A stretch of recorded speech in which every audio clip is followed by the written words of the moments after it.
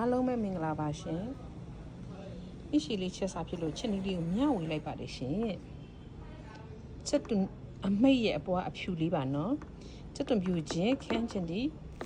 ဝတ်သား။ကဲတော့ချက်ကြမယ်။အိုးလေးတည်လိုက်ပါရှင်။ထည့်လိုက်ပါမယ်။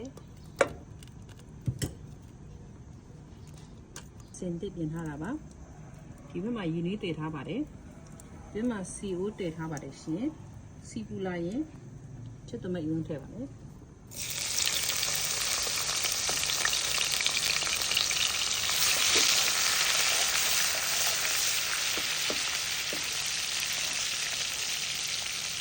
ဝတ်သားလေးထည့်လိုက်ပါမယ်ဝတ်သားထဲမှာဘာမှမပါသေးဘူးနော်ညတာဘာမှမပါသေးပါဘူးရှင်ဒီလိုလေး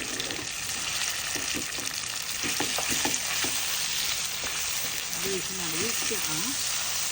ဆက်လိုက်ပါမယ်ရှင်ဆက်လိုက်ပါမယ်ရှင်ခက်သားလေးတွေကနည်းနည်းလေးကျက်လာပြီဖြစ်တဲ့အတွက်ခန်းချင်ထည့်လိုက်ပါမယ်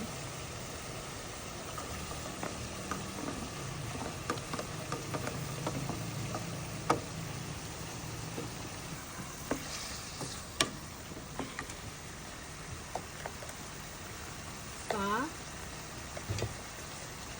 တင်းချုံမို့ကြားကြိုက်ရင်ထည့်မကြိုက်ရင်မထည့်ပါနဲ့ညညာရေးကျမတို့မစတာတုံးပြထားပါတယ်နောက်ညညာရေးအနောက်ပါ TVC ပါဒါလေးကိုကြည့်အောင်ခဏလေးချက်သားမှာဖြစ်ပါလေရှင်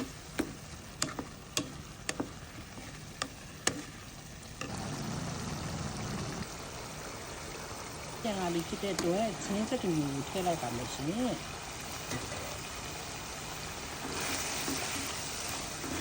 အရင်ကခဏလေးဆက်လိုက်အောင်နော်။ဒီလေးပြန်လာပြီးဖြစ်ပါလေရှင်။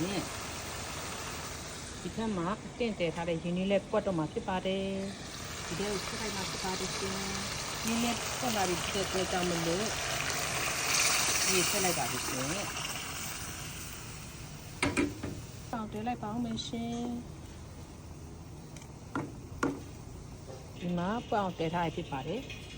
အလေးကမိရှိ6ပြုတ်ဖို့ရေးတဲထားရဖြစ်ပါတယ်ရှင်